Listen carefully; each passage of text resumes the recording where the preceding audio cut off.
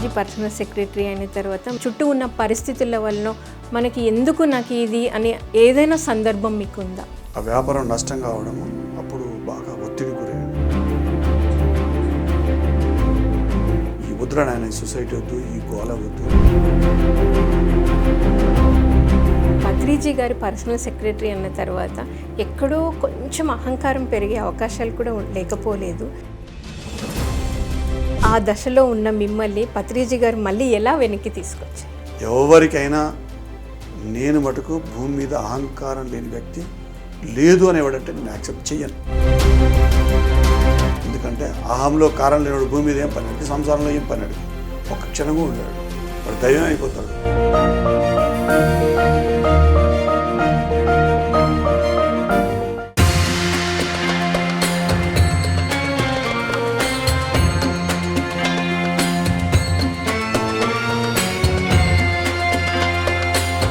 అందరికీ నమస్తే.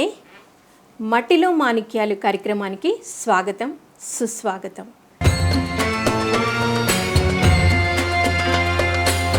మరి మట్టిలో మాణిక్యాలు ఈ ప్రోగ్రాం యొక్క ముఖ్య ఉద్దేశం ఏమిటి అంటే, పిఎస్ఎస్ఎం మూమెంట్లో ఉంటూ ఎన్నో ఒడిదొడుగులు ఎదుర్కొంటూ ఎలాంటి పరిస్థితులు ఎదురైనా కూడా పత్రిజీ గారిని మూమెంట్ను వదలకుండా మరి వారి యొక్క సమయాన్ని మూమెంట్కే కేటాయిస్తూ మూమెంట్లో ఉన్న ఎన్నో ప్రోగ్రామ్ని చక్కగా ఆర్గనైజ్ చేస్తూ ఉండే వాళ్ళ యొక్క అనుభవాలను తెలుసుకునే అద్భుతమైన కార్యక్రమమే మట్టిలో మాణిక్యాలు.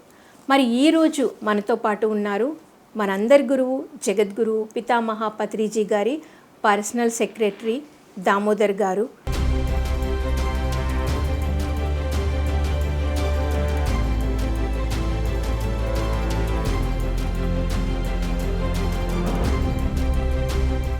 అంతేకాకుండా కైలాసపురి గ్రౌండ్ ఇన్ఛార్జిగా కూడా ఉంటూ ఎన్నో బాధ్యతలను నిర్వహించారు. మరి ముందుగా ఎలా ధ్యానంలోకి వచ్చారు, ఏమేం వర్క్స్ చేశారు, సార్ మాటల ద్వారానే తెలుసుకుందాం. సార్ నమస్తే. నమస్తే రజిత మేడం. సార్ చాలా హ్యాపీగా ఉంది మిమ్మల్ని ఈ ప్రోగ్రాంలో ఇంటర్వ్యూ చేయడం. మరి ముఖ్యంగా మీరు పత్రిజీ గారికి కూడా పర్సనల్ సెక్రటరీ అంటే ఒక గురువు పక్కన మామూలుగా నిల్చోవాలంటేనే భయం వేస్తూ ఉంటుంది అందరికీ. అలాంటిది మీరు ఏకంగా ఆయనకి పర్సనల్ సెక్రటరీనే.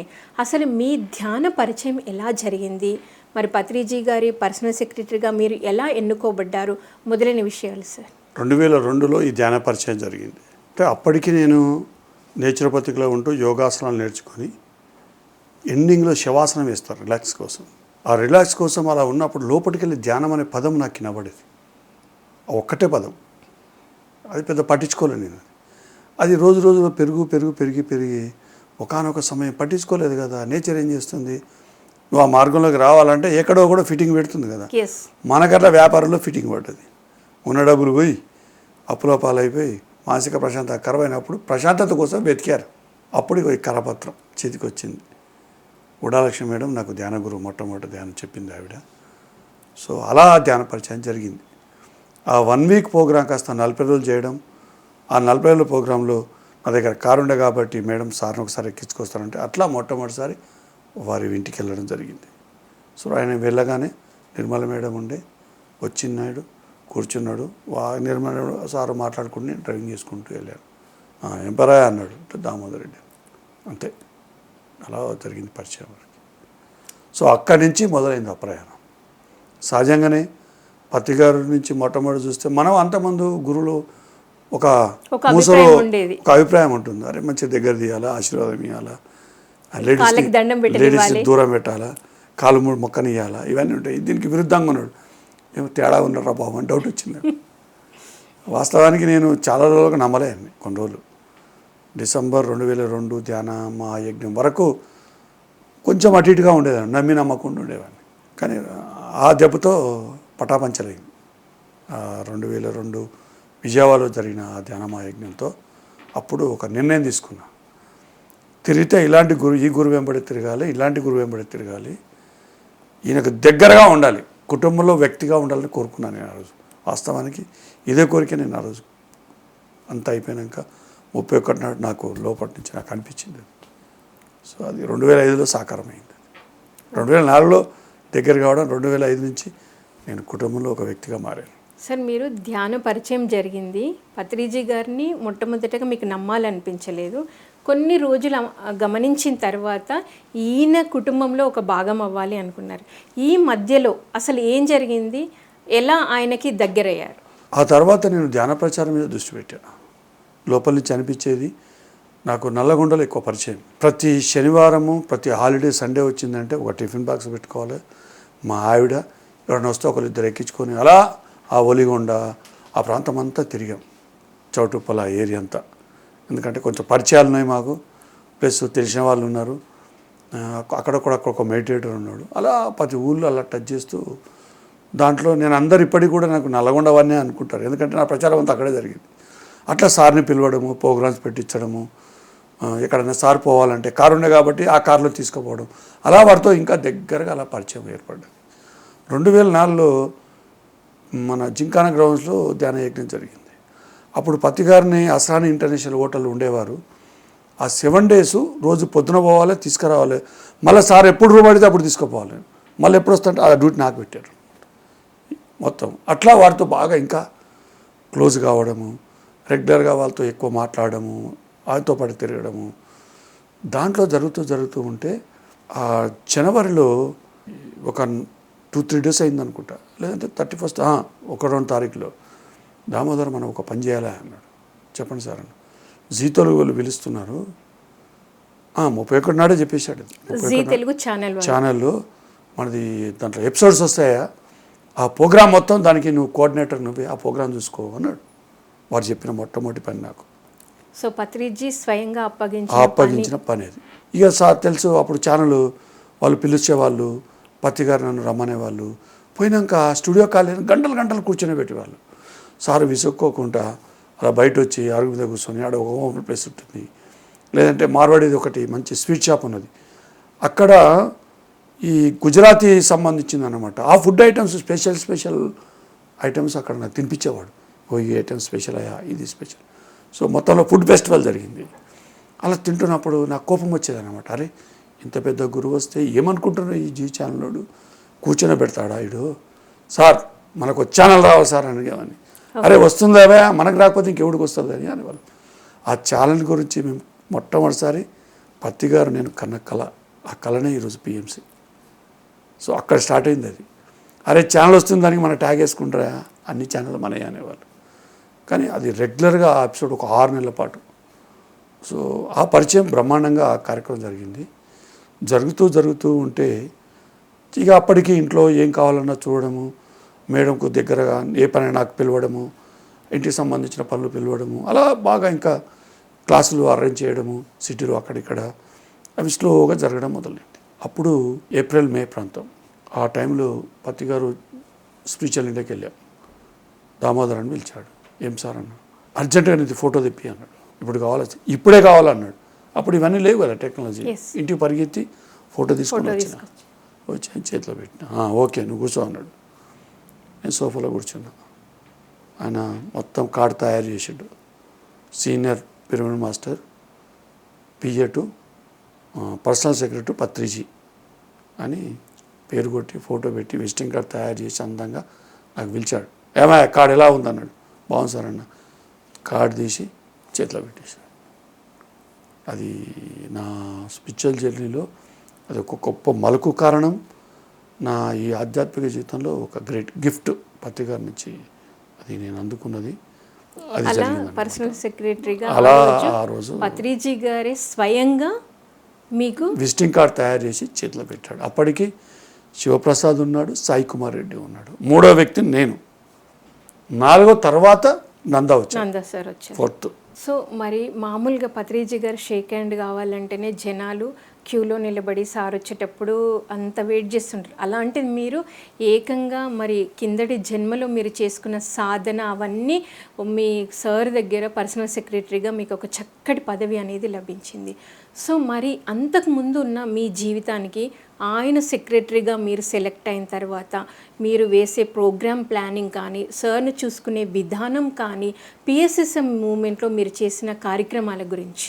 సహజంగానే కదా వారికి సెక్రటరీ అనగానే ఒక గౌరవం వచ్చేస్తుంది, ఒక రెస్పెక్ట్ వస్తుంది. అందరితో మనతో మసులుకునే విధానం మారిపోతుంది. ఎస్ మనం కూడా వాళ్ళతో మసులుకునే విధానం గ్యారెంటీగా మారవలసిందే. నేను పాతలాగా ఉంటానంటే కుదరదాడ, మనకంటూ ఒక బాధ్యత. ఎస్ అందులో భారతి మేడం నిరంతరం హెచ్చరిస్తున్నాను, గురువుగారు ఏమన్నా జాగ్రత్త అని. పోతున్నంటే 2 జాగ్రత్తలు చెప్పే పంపే, అరే నాకు తెలుసు కదా అన్న కూడా లేదు మళ్ళీ చెప్పేది. సో అట్లా వారి దగ్గరికి వచ్చిన తర్వాత అందరితో పరిచయం అనేది పిఎస్ఎస్ మూమెంట్లో ఉన్న సీనియర్ మోస్ట్ మాస్టర్ల యొక్క పరిచయం జరిగింది అంటే అగో ఆ విజిటింగ్ కార్డే, ఆ ఐడెంటిటీ కార్డే పరిచయం. సో అందరితో నేను మాట్లాడేవాడిని. సార్ దగ్గరికి వచ్చిన వాళ్ళని ఇక మా ఇంట్లో వచ్చి అపార్ట్మెంట్ ఉండేది, అరే ఇంటికి పోదాం రాని తీసుకొచ్చేవాడిని. అక్కడ భోంచేసి పొయ్యండి పొద్దున్న రండి పొయ్యండి చెప్పేటోడు. రాత్రంతా ఇక రుద్దుడు కార్యక్రమం మనకు మాట్లాడమన్నమాట. ఇంకా అలా మాట్లాడుకొని అలా పడుకొని అలా అందరితో పరిచయం కావడము, ఆ సత్సంగాలు కానీ ఆ సజ్జన సంగత్యాలు నా జీవితంలో ఒక గొప్ప మార్పులు తీసుకొచ్చాయని చెప్పొచ్చు. ఎన్నో విషయాలు, కొత్త కొత్త విషయాలు, అంటే మూమెంట్ గురించి పూర్తిగా నాకు తెలిసింది వాళ్ళ ద్వారా. ఎందుకంటే స్టార్టింగ్ నుంచి ఉన్న వాళ్ళు ఉన్నారు, ఒక గుణాకర్ రెడ్డి కానీ, ఒక జీకే లాంటి వాళ్ళు, అట్లాగే పరమేశ్వర్ రెడ్డి, వీళ్ళందరూ అలా సీనియర్ మాస్టర్లు. అప్పుడు ఆంజనేయ శర్మ, పాలు, వీళ్ళందరితో పరిచయం క్లోజ్గా బాగా మూవ్ అయ్యేవాడిని అన్నమాట. సో అట్లా కొత్త కొత్త విషయాలన్నీ నాకు తెలిసేటి. సో అట్లా నా ఆధ్యాత్మిక ప్రయాణంలో చాలా చాలా మార్పులు తీసుకొచ్చింది. సో పత్రిజీ పర్సనల్ సెక్రటరీ అయిన తర్వాత మీ జీవితం ఇంకా అత్యంత అద్భుతంగా, అంటే చక్కటి స్వాధ్యాయం దొరికింది, సజ్జన సాంగత్యం దొరికింది, మరి ముఖ్యంగా అన్నిటికంటే ఎక్కువ మీరు పత్రిజీతో ఎక్కువ టైం గడిపే అవకాశం కూడా లభించింది. సో దాంట్లో సార్ ద్వారా మీరు ఎన్నో కాన్సెప్ట్లు, ఎంతో జ్ఞానాన్ని కూడా తీసుకొని ఉండొచ్చు.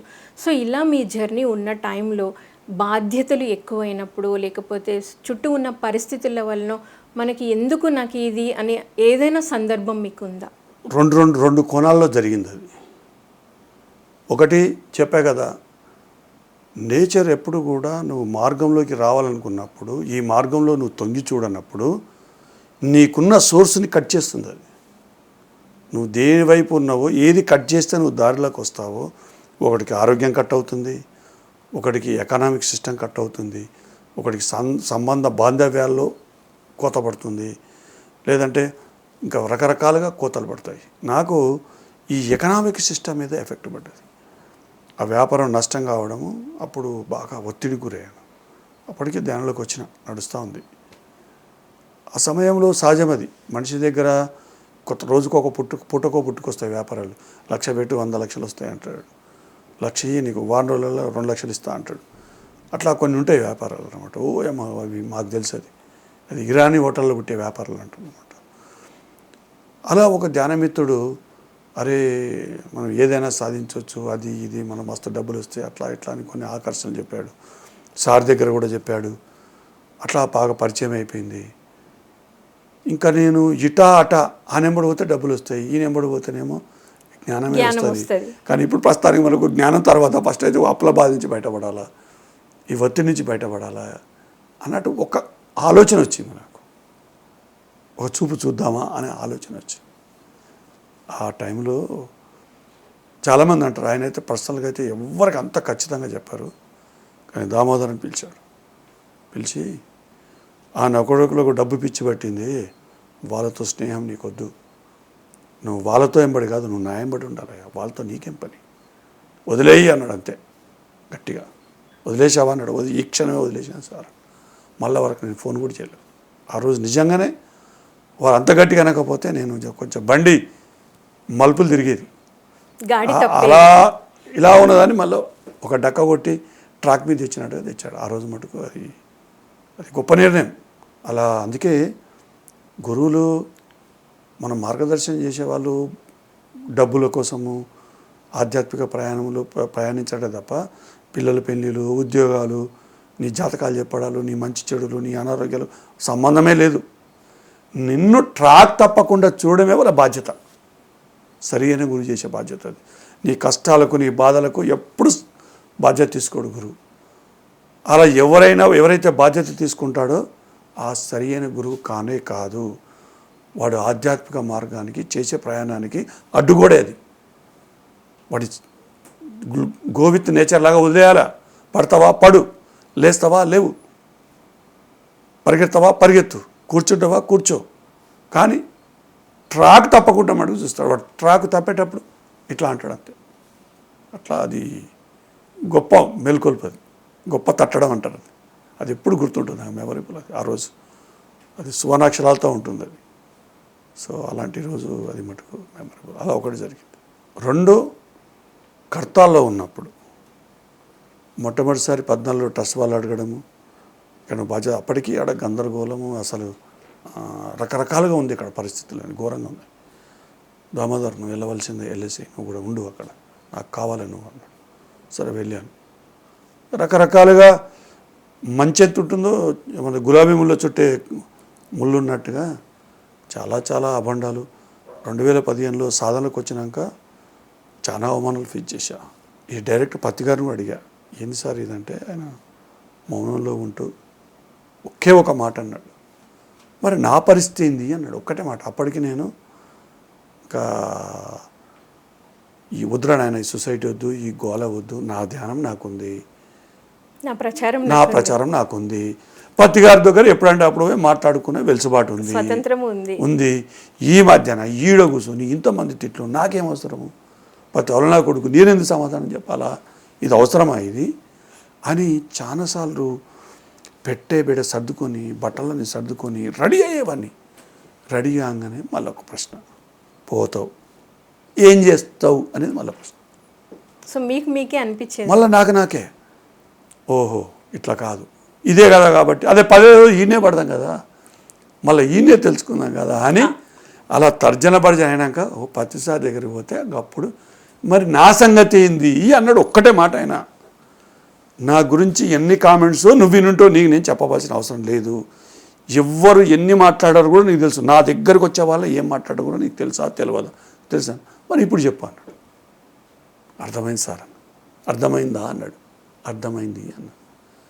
అరే పనులు ఇచ్చేటట్టుకే రాళ్ళు పడతాయి నాయన, పనిచేసేటోడు మీదనే మాటలు అంటారు, పనిచేయనుడు ఎవడేమంటాడయ్యా, పల్లె లేవు, దాన్ని కొడితే ఏం లాభం, ఏ ఉపయోగం లేదు.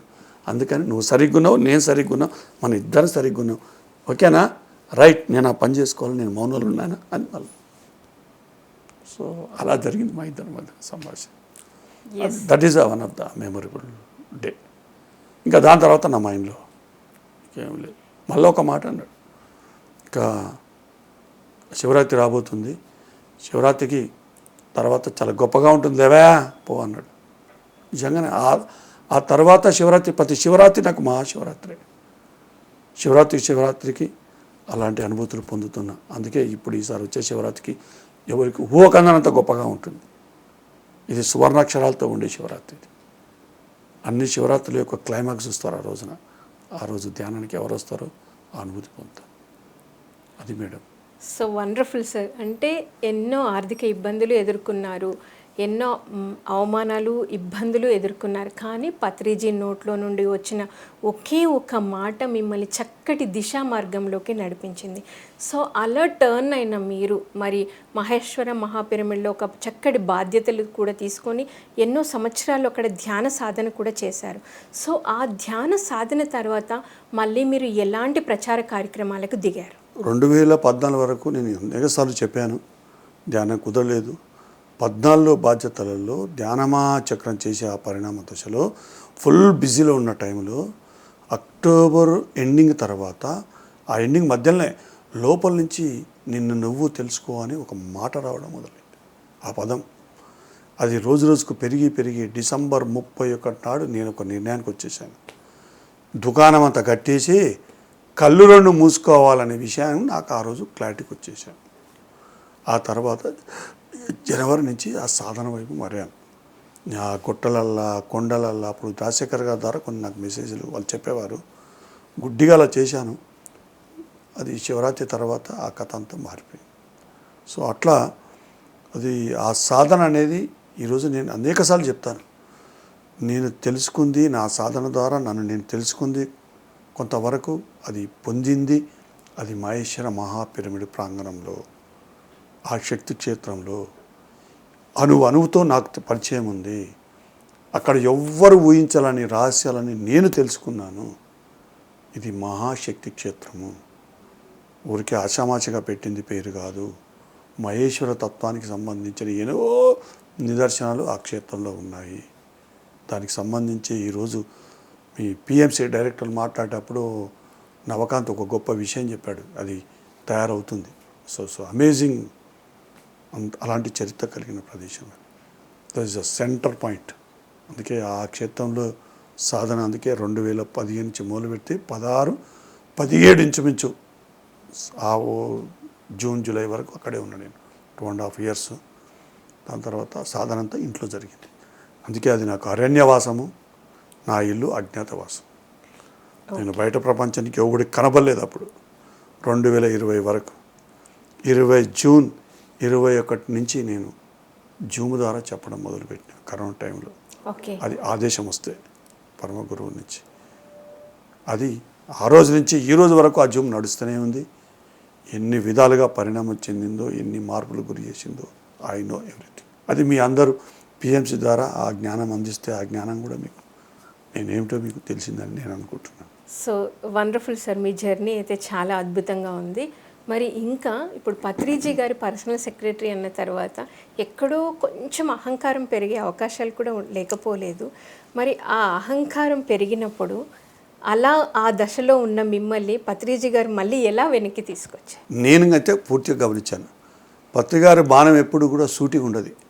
రజితా మేడం తిట్టాలనుకుంటే పక్కకున్న దామోదరం తిడతాడు, పక్కకున్న దామోదరం తిట్టాలనుకుంటే రజిత మీద తిడతాడు. వీడు తెలివికల్లోడైతే, వీడికి బుద్ధి ఉంటే వీడు సర్దుకోవాలి. బాణం అక్కడ, కానీ యాక్షన్ జరిగేది ఇక్కడ అన్నమాట. అది తెలియనోడు ఏమో కూడా ఆమె వైపు బాణం ఉందాం, కానీ అది బాణం వీడికి సంగతి వీడి తెలియదు. అలా ఉంటుంది ఆయన. అంత ఇండైరెక్ట్ కార్యక్రమం అయినది. డైరెక్ట్ అయితే ఒక నిమిషంలో తేలిపోతుంది, కానీ ఎప్పుడు మనకే పరీక్ష పెడతాడు ఆయన, మన బుద్ధికి పరీక్ష పెడతాడు. అది ఒక ఎంతో పరిణితి చెందిన జ్ఞానంలో ఎంతో పండిన వాళ్ళు తప్ప అలా పరీక్షలు పెట్టలేరు. తెలియదు. అది తెలుసుకున్నావా, ఎవడిలో అహంగా అనేది కరిగిపోతుంది, ఒక్క నిమిషంలో సర్దుకుంటాడు. అలా చాలా సందర్భాల్లో జరిగింది. ఎవరికైనా నేను మటుకు భూమి మీద అహంకారం లేని వ్యక్తి లేదు అనేవాడంటే నేను యాక్సెప్ట్ చేయను. ఎందుకంటే అహంలో కారం లేనివాడు భూమి మీద ఏం పని అడిగి, సంసారంలో ఏం పని అడిగి, ఒక్క క్షణంగా ఉండడు. వాడు దైవం అయిపోతాడు. వాడికి ఈ వ్యాపారాలు ఎందుకుంటాడు? ఇవన్నీ ముసుకేసుకొని మాట్లాడే మాటలు. సాధన ద్వారా మాత్రమే కలుగుతుంది. ఇంకొక మార్గం లేదు ఆ కారం కరగడానికి. ఆ కథ వేరేది. ఆజ్ఞాచక్రం కథ అంతా అహంకారం యొక్క కథ. సో అది నాకు తెలిసిపోయింది.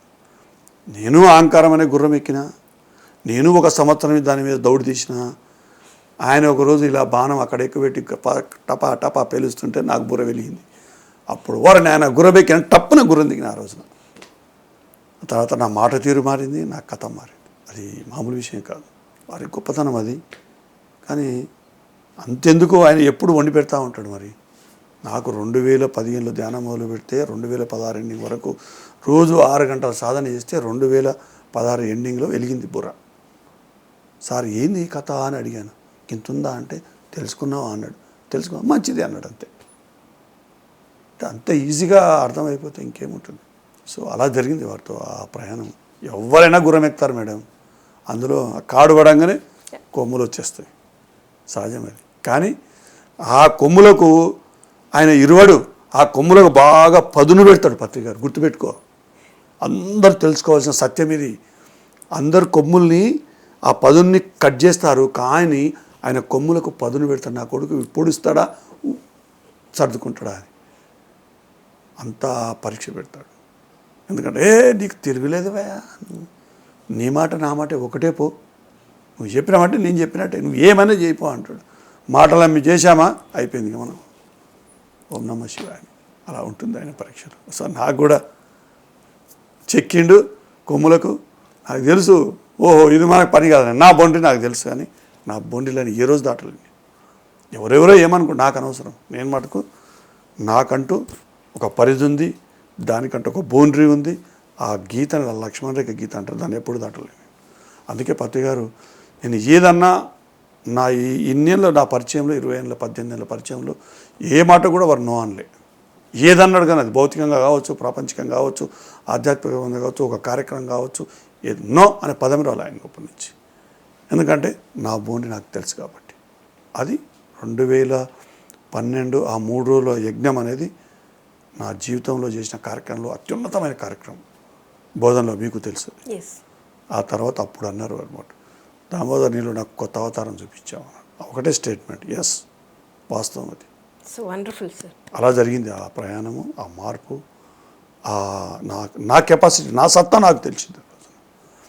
అది ముందు నుంచి కూడా ఎంత కఠినమైన పనిగా ఇది కాదు, వాడి మనం ఏం చెయ్యలేమనే పనులు కూడా నేను చేసిన సందర్భాలు ఉన్నాయి. అందులో బోధన కూడా యజ్ఞం ఒకటి. ఉన్న 10 మంది ఇక్కడ కర్తలు 2012 మోగుతుంది, ఎవరు డబ్బులు ఇస్తారు? 3 వేల కార్యక్రమం, 5,000 మంది, 6,000 మంది, 15-20 లక్షల కార్యక్రమం. అది పట్టుమని 10 మంది లేరు, 10 మందిలో సఖ్యత లేదు, 2 గ్రూపులు కొట్టుకుంటాయి. వీటికి డబ్బులు ఇస్తే వాడి యోధని చెప్తా. అలాంటి పరిస్థితుల్లో పరీక్ష అంటే ఊహించండి. అదే పోయి అడిగాను వారిని, మిగతా గురువులు ఏం చెప్తారు? అవునా, ఫోన్ చేసి ఏమరా దామోదర్ సహకరించి అంటాడు. ఆయన ఫోన్ చేయలేదు, నీకు సహకరించని ఇంకొకటి చెప్పలేదు. మొత్తం విన్నాక ఇలా జరుగుతుంది సార్, ఏం చేయమంటామంటే పెన్ను పక్కకు పెట్టి అందరూ పంపించేశాడు మీతో మాట్లాడాలని. మరి నన్నేం చేయమంటావు అన్నాడు. మీరు ఊహించారా ఎవరైనా అలాంటి ప్రశ్నని? నాకెందుకు చెప్తున్నావు అన్నాడు ఆయన. నన్నేం చేయమంటావు అనలే, నాకెందుకు చెప్తున్నావు అన్నాడు.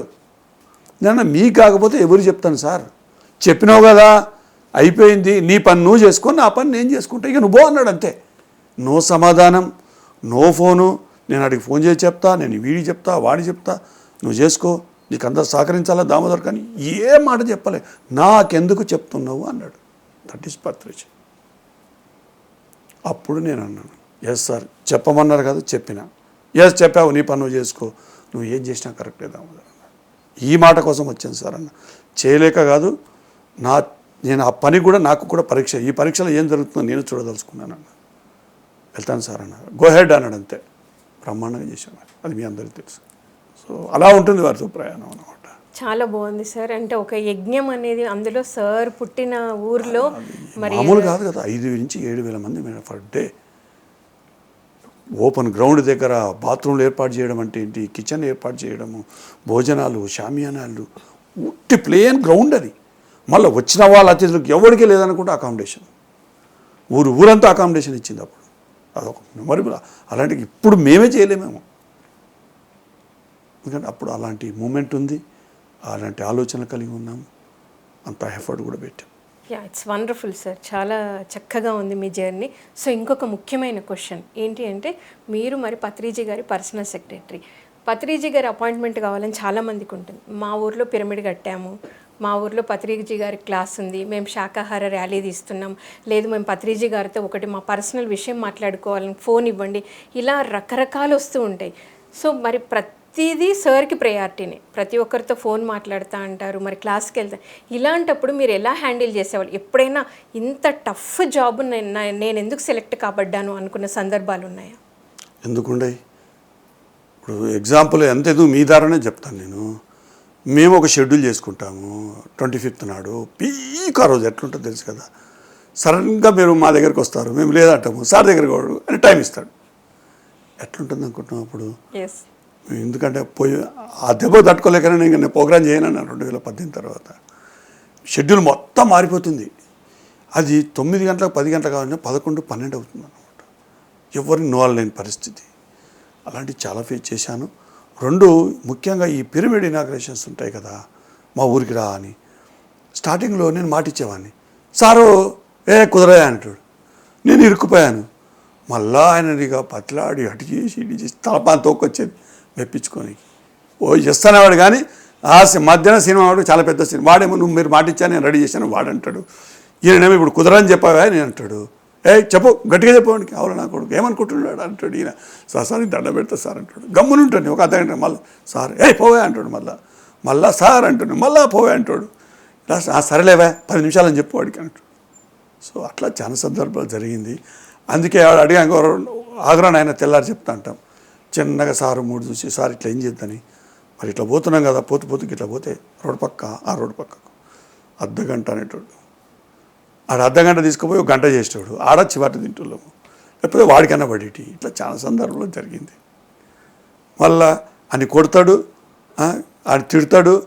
వచ్చిన దామోదర్ పలానాడు ఎల్లయ్యగాడు ఎక్కడో పోయిండే అంటాడు. ఇది ఇయ్యాలా సార్ ఎల్లయ్య, మొన్ననే మీరు బాధారు, వాడు ఎక్కడో పోయిండు, క్లాస్లో వదిలిపెట్టాడు, వాడు మాస్టర్ గా లేడు, ఇప్పుడు పోతా. అవునా, సరేలే కొట్టానా మీరే కొట్టారు సార్ అవును అది కూడా అయిందా అంటాడు. సో ఇలాంటివి కూడా బాగా జరిగేటి సంఘటనలు. సో మీరు చాలా సాము అంటే ఏంటి కత్తి మీద సాము. ఒక మాస్టర్ వచ్చాడు, వచ్చి అద్దామన్నా అంటాడు. ఏందా ఏం అదృష్టవంతులు అన్నా మీరు 24 గంటలు సార్తో ఉంటారు అన్నట్టు. అవునా అదృష్టం ఎట్లా ఉంటుందో నీకు కూడా కావాలా అన్న. అరే అన్న ఒక అవకాశం అన్న. సరే ఒక టూర్లో పంపిస్తలే. సోలాపూర్ వెళ్తున్నాడు. సార్ నేను రావట్లేదు పలానా వ్యక్తి వస్తాడు అన్నాడు. పంపన్నాడు. పంపాము.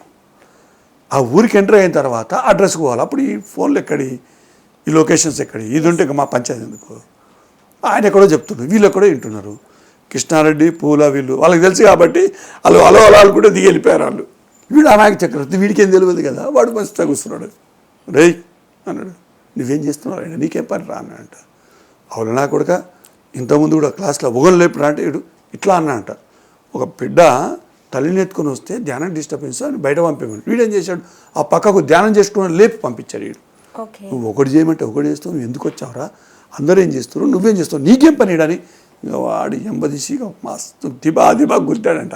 వాడు సార్ సార్ అనుకుంటే పరిగెత్తిపోయాడు. అంతా అయిపోయింది. హైదరాబాద్కి వచ్చాడు. అన్నా నీకో దండమే, ఎట్లా భరిస్తురన్నా అన్నాడు ఫస్ట్ పాయింట్.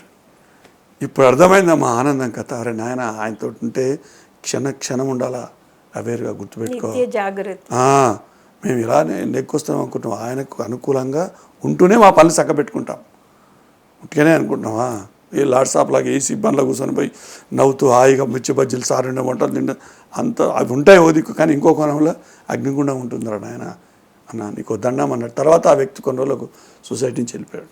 సో సార్ మరి మూమెంట్లో పత్రిజీ పర్సనల్ సెక్రటరీగా ఉంటూనే ఎన్నో బాధ్యతలు నిర్వహించిన మీరు పత్రిజీ నోటి నుండి ఈ పని నువ్వు చెయ్యు అని అన్నప్పుడు అసలు నాకు ఇది ఎందుకు ఇచ్చారు, నేను చెయ్యలేను అనుకున్నా కూడా పత్రిజీ చెప్పారు కదా నేను చెయ్యాలి అనుకొని అటు ఇటు తేల్చుకోలేక అయినా కూడా ఆ పని చేస్తున్నప్పుడు మీరు ఎదుర్కొన్న ఇబ్బందులు, ఇంత టఫ్ జాబ్ నాకే ఎందుకు ఇచ్చారు అనిపించిన సందర్భాలు ఏమైనా? లేదు మేడం, ఎందుకంటే అది భగవంతుడు ఇచ్చిన వరం అనండి, నా గత జన్మల సంస్కారం అనండి. చిన్నప్పటి కూడా నేను ఒక పని మొదలు పెట్టానంటే దాని అంత చూస్తాను. అది నాకు ముందు నుంచి ఉండదు. అందుకని నేను ఈ ఆర్గనైజ్ విషయంలో నేను ఎప్పుడు కూడా వెనకడ వేయను. అవుతుంది అదే చూద్దాం ఏం జరుగుతుందో అన్నట్టు ఉంటుంది మనం అనమాట. ఎందుకంటే దానికి నేను భౌతికంగా నా కాంట్రాక్ట్ ఫీల్డ్లో నేను ఏవి పొందాను, ఎంత పడ్డానో దాంట్లో ఇది 1% కూడా కాదు. అందుకే ఆ ట్రైనింగ్ అంతా నాకు బయటనే అయింది. అందుకంటే నాకు లెక్కలేదు, సో ఎప్పుడూ ఆ ఫీల్ లేదు నాకు. ఓకే, సో ఆల్రెడీ మీరు కాంట్రాక్ట్ జాబ్లో ఉండడం వల్ల అక్కడ మీకు అంత ట్రైనింగ్ అవ్వడం వల్ల ఇక్కడ ఈజీ అయిపోయింది. ఈజీ అయింది. కాకపోతే ఒక సందర్భంలో నన్ను ఏమంటారంటే ఒకవైపు తోశాడు ఆయన. సూరారంలో క్లాస్ ఉంది, వెళ్తూ ఉన్నాము, నేను మా మేడము మా డాక్టర్ కూడా ఉండే.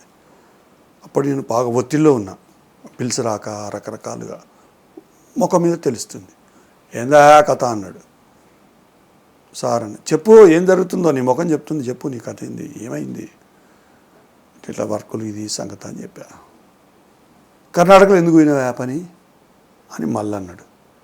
కర్ణాటకలో వర్క్ వచ్చింది అని చెప్పేటేమో 10 మందితో సపర్లు కొట్టించాడు, దామోదర సపర్లు కొట్టించాను 10 కోట్ల వర్క్ వచ్చిందని. ఎప్పుడేమో నేను ఎందుకు ఊడమాడు అన్నాడు. సార్ చెప్పాను కదా సార్. నాకు ఎప్పుడు చెప్పావా అన్నాడు. ఆయన నీకేం పనివా, ఆడున్నోళ్ళు చేసుకుంటారు, నీకేం పని, బిల్సు రాదు అంటే సరేలే నువ్వు బుద్ధుడివేనా అన్నాడు. నువ్వు బుద్ధుడివేనా అని అడిగాడు. ఇక మన అప్పటికి నాకు ధ్యానమే కుదరదు, మన బుద్ధుడు అని ఎట్లా చెప్తాం. లోపటోడేమో నా మైండ్ ఏమో ఒప్పుకోవట్లేదు, ఎందుకంటే నీకు ధ్యానమే కుదరదు, అవును నా కొడుకు నువ్వు బుద్ధుడు ఎప్పుడైనరా అనేది లోపట అంటుంది నాకు. కానీ ఎప్పుడు పాజిటివ్ మాట్లాడాలి కదా. ఒక్క నిమిషం సార్ నేను బుద్ధున్నే అనేసిన. మరి బుద్ధుడు వ్యాపారం చేయడు కదా, నేను బుద్ధుని, నేను వ్యాపారం చేస్తున్నా. మరి నువ్వెందుకు చేస్తున్నావు వ్యాపారం అన్నాడు. మరి ఏం చేయాలి సార్ అన్న. వ్యాపారం ఆపేయాలి కదా అన్నాడు. అవునా సార్ అన్న. అవును ఆపే అన్నాడు. ఎప్పుడు ఆపాలి, ఇప్పుడే ఆపేయి, రేపెందుకు అన్నాను. సరే సార్ అన్న. అంతే ఎంబడే మా ఫ్రెండ్కి ఫోన్ చేసి పార్ట్నర్కు, రేపటి నుంచి నేను రావట్లేదు, ఆ వచ్చిన డబ్బులు ఇస్తే ఇవ్వండి, ఇక అప్పు గట్లే నడవదు, ఏమైతే చూద్దాంలే అని చెప్పేసి అంతే. ఆ రోజు తర్వాత నేను కాలు పెట్టలేదు. అది పెట్టలేదు కాబట్టి ఇగో ఈ ముందట ఇలా ఉన్నాను. కాలు పెడితే ఇంకా 4 ఏళ్ళ తర్వాత ఈ స్టూడియోకి వచ్చాను. అర్థమైందా. సో అట్లా తెగొట్టేశాడు. ఒకవైపు ఉన్న ఆ 2 గుర్రాల మీద సారు ఉన్నది, ఒక గుర్రాన్ని తెగ నరికితే అది వెళ్ళిపోయింది, ఒకటే గుర్రం మిగిలింది. ఈ ధ్యానానికి సంబంధించిన కార్యక్రమాలు, వారితో పాటు ప్రయాణం. సో అందు గురించే ఏది జరిగినా కూడా ఒక గొప్ప మార్పుకు గురి చేస్తాను. సో వారు పర్సనల్ సెక్రటరీగా ఉండడానికి కూడా నేను ఎంచుకున్నది తర్వాత తెలిసింది. ఒక గురువుకు సేవ చేసిన కొంత బ్యాలెన్స్ ఉంది. అది నాకు అది 100% నేను తెలుసుకున్నాను. అది వేరే ఎపిసోడ్, అదంతా నాకు జన్మ కథ అది పెద్ద ఎపిసోడ్. అది భౌతికంగా కూడా దానికి రిలేటెడ్ ఉంది, నా భౌతిక జీవితానికి కూడా. సో అందుకని అది ఆ కోణంలోనే అది నేను వారికి సేవ చేశాను. చెప్పా కదా, పత్తి గారి మీద నమ్మకం, గొంతు కోసేంత సమస్య వచ్చినా వారి మీద నమ్మకం పోలేను. రకరకాల ప్రయత్నాలు చేశాను, రకరకాల గురువుల దగ్గరికి వెళ్ళి 2-3 తర్వాత అర్థమైంది ఎవరి దగ్గర ఏ మసాలా లేదు, ఆ ఉన్నదేదో ఆయన ఇచ్చిండు, చక్కగా కళ్ళు మూసుకొని కూర్చుంటే ఒక్కటే ఇది లెక్క తేలుతుంది అనే విషయం అయింది. అప్పుడు 2015 నుంచి ఆ ప్రయాణం అలా మొదలైంది. సో ఇది మేడం జరిగిన కథ. So wonderful sir. మీ అంటే ముఖ్యంగా గురువు మీద విశ్వాసం 100%. నాకు మార్కులు పడేవి అన్నమాట. గురువు మీద నమ్మకం, పత్తి గారి మీద 100, స్వాధ్యాయము 70, ధ్యానము ఒకసారి 80 ఉండేది, యాక్సెప్టెన్సీ అన్నీ మారేటి లెక్క. కానీ పైన ఈ పత్తి గారు అది 100కు 100, అది ఎప్పుడు మారలే. మిగతా అన్నీ మారే అప్ అండ్ డౌన్స్, అది మటుకు ఎప్పుడు కూడా అలాగే ఉంది. అప్పుడు నేను అనుకున్నాను, ఎస్, ఆ ఒక్కటే నిన్ను ఇంత దూరం తీసుకొచ్చింది అనే విషయం పరమ గురువులు చెప్పారు. అదే విషయాన్ని నాకు కూడా అర్థమైపోయింది. ఆ నమ్మకం అంటే ఆ ధ్యానం పట్ల ఆ నమ్మకం అన్నమాట. పత్రి గారి మీద నమ్మకం అంటే ధ్యానం మీద నమ్మకం, అందరూ గుర్తుపెట్టుకోవాలి. ధ్యానం మీద నమ్మకం లేనివాడు పత్రి గారి మీద నమ్మకం ఉంది అంటే నేను ఒప్పుకున్నది, అది రాంగ్ స్టేట్మెంట్. పత్రి గారు అంటే మెడిటేషన్, స్టాచ్యూ ఆఫ్ మెడిటేషన్ అని అందుకే మనం ఆ టైటిల్ పెట్టుకున్నాం. ఇప్పుడు రాబోయే ఆ కార్యక్రమం సింబాలిక్ ఆఫ్ పత్రిజీ మెడిటేషన్. ధ్యానానికి సింబాలిక్ వారు, అంతే, దట్స్ ఇట్. ఎవరికైతే ధ్యానం మీద నమ్మకం ఉంటుందో, సంపూర్ణ విశ్వాసం ఉంటుందో, వాడికి నోటితోటి పత్తి గారి నుంచి ఉచ్చరించకున్నా వాడికి 100% నేను 100కు 100 మార్కులు టిక్ కొడతాను. ఇది మేడం నేను ఇచ్చేది స్టేట్మెంట్. Wonderful sir. పత్రిజీ మీద పరిపూర్ణమైన విశ్వాసం. ఆయన ఏ పని చెప్పినా ఒడిదొడుగులు ఎదుర్కొంటూ, మానవమానాలు ఎదుర్కొంటూ, సుఖ దుఃఖాలు కూడా పడుతూ, అయినా కూడా ఆయన చెయ్యి వదలకుండా పత్రిజీ మాటే వేదవాక్కుగా మీరు ట్రావెల్ చేస్తూ వచ్చారు. ఇప్పటివరకు ఎన్నో అద్భుతమైన కార్యక్రమాలు కూడా చేసి ఉన్నారు. ఫైనల్గా పత్రిజీ గారి గురించి అయినా, పిఎస్ఎస్ఎం మూమెంట్లో మీరు ఇంకా మీకు స్వీట్ మెమరీ, ఈ పని నేను చేశాను నా గురువు ఆధ్వర్యంలో, ఇంత చక్కటి మర్చిపోలేని పని, ఇది నాకు ఎప్పటికీ ఉంటుంది అనుకున్నది చివరిగా ఒక్కటి. అది కడతాల్లో 2014 సాంబశివరావు గారు మెయిన్ ట్రస్టీగా, నేను గ్రౌండ్ ఇన్ఛార్జిగా ఉన్నప్పుడు పూర్తి బాధ్యతలు తీసుకొని ఆ రోజు కట్టిన కట్టడాలు, అప్పటి వరకు మన పర్మనెంట్ బాత్రూములు లేవు, పర్మనెంట్ కట్టడాలు లేవు, పర్మనెంట్గా ఏదో కొన్ని అకామిడేషన్ ఉన్నాయి. అక్కడ ఏ విల్లాస్ అయితే ఈరోజు నివాసం ఉంటున్నామో ఆ 40 విల్లాస్ నా పర్యవేక్షణలో, నా కనుసన్నలో ఇంచు ఇటుక నుంచి ఇటుక వరకు ప్రతి మెటీరియల్తో సహా నా కనుసన్నలో జరిగింది. అది ఎప్పటికీ నాకు మెమరబుల్. అవి చూడంగానే నాకు అంత గుర్తుకొస్తుంది. ఎందుకంటే that is the best one of the నేను చేసిన వర్క్లలో. 2012లో పత్తి గారి జన్మదినం ఒకటి, ఆ తర్వాత కైలాసపురిలో, మిగతా ఎన్నో చేశాం. కానీ అది ఎప్పటికలా శిలాశాసనలాగా ఉంటుందన్నమాట. So that is my best work. అలాగే మరొకసారి చెప్తున్నాను, ధ్యానం మీద నమ్మకం ఉన్న వాళ్ళందరికీ పత్తి గారి మీద నమ్మకం ఉన్నట్టే. ధ్యానం మీద నమ్మకం ఉంటే ధ్యానం సర్వరోగ నివారిణి, ధ్యానం సకల సమస్యల పరిష్కారిణి, ధ్యానం సర్వభోగకారిణి. ఈ 3 100% పిఎంసి ద్వారా సభాముఖంగా చెప్తున్నాను. ఈ 3 ఉన్నాయి దాంట్లో. సరిగ్గా ధ్యాన సాధనలు ఉంటే నీకు ఆ నమ్మకం ఉంటుంది, ఈ 3 సిద్ధిస్తాయి. నీకు ధ్యానంలో ఏదో నమ్మకం ఉంటే డాక్టర్ గుర్తురాడు, ధ్యానం మీద నమ్మకం ఉంటే నీ పరిష్కారం కోసం ఎవరిని బయట దేబరించవు. 3వది, నువ్వు భోగం పొందకుండా నిన్ను ఎవడు ఆపలేడు. ఎందుకంటే ఈ 3 దాంట్లో ఉన్నాయి. సో ఇదే నేను ఇచ్చే statement, final statement. Wonderful sir. ఎంతో అద్భుతంగా ఉంది మీ జర్నీ. నిజంగా ఈరోజు మీ ద్వారా అంటే మీరు మూమెంట్లో ఏమేమి వర్క్స్ చేశారు, ముఖ్యంగా పత్రిజీ ఏం చెప్తే ఎలా చేసుకుంటూ వచ్చారనేది ఎంతో చక్కగా తెలుసుకున్నాము. Thank you sir. Thank you madam. PMC ద్వారా ఒక చక్కటి విషయాలు అంటే నా అంతరంగంలో కొన్ని ఇలా చెప్పారు, కొన్ని మటుకు మీరు అలా ప్రశ్నలు అడిగారు కాబట్టి అవి బయటకు వచ్చాయి. సో అందుకని మీకు థ్యాంక్స్ రజితా మేడం, ఎందుకంటే చక్కటి ప్రశ్నలు సంధించారు. So once again thank you PMC, ఈ ఛానల్ ద్వారా ఈ విషయాలు అందరికీ అందిస్తున్నందుకు thank you. Thank you sir. Thank you so much. So viewers, మరి పిరమిడ్ మాస్టర్ని ఎవరిని కదిలించినా వాళ్ళ అంతరంగంలో ఎన్నో విషయాలు ఉన్నాయి. వాళ్ళ యొక్క అనుభవాన్ని వినడం వల్ల ఆ అనుభవాల నుండి మనం కూడా ఎంతో జ్ఞానాన్ని పొందొచ్చు. మరి పితామహ పత్రిజీ గారికి పర్సనల్ సెక్రటరీగా ఉంటూ కత్తి మీద సాము లాంటి వ్యవహారంలో కూడా తలముఖలవుతూ ఎన్నో ప్రాజెక్టులను చేపట్టి ఎంతో అద్భుతంగా పూర్తి చేసి మరి ఈరోజు ఎవరు దామోదర్ గారు అంటే ప్రతి ఒక్కరికి ఎంతో ఈజీగా తెలిసిపోతుంది ఆయన ఎవరు అనేది. అంత చక్కటి కార్యక్రమాలు చేసి మరి భావితరాల వాళ్ళకి కూడా ఆయన ఎంతో ఆదర్శంగా నిలిచారు. ఈ మట్టిలో మాణిక్యాలు అనే ఈ అద్భుతమైన కార్యక్రమం ద్వారా సార్ యొక్క జర్నీని మనం ఎంతో అద్భుతంగా తెలుసుకున్నాము. మరి మరొక మట్టిలో మాణిక్యాల కార్యక్రమంలో మరొక మాస్టర్తో మళ్ళీ కలుద్దాం. Thank you so much.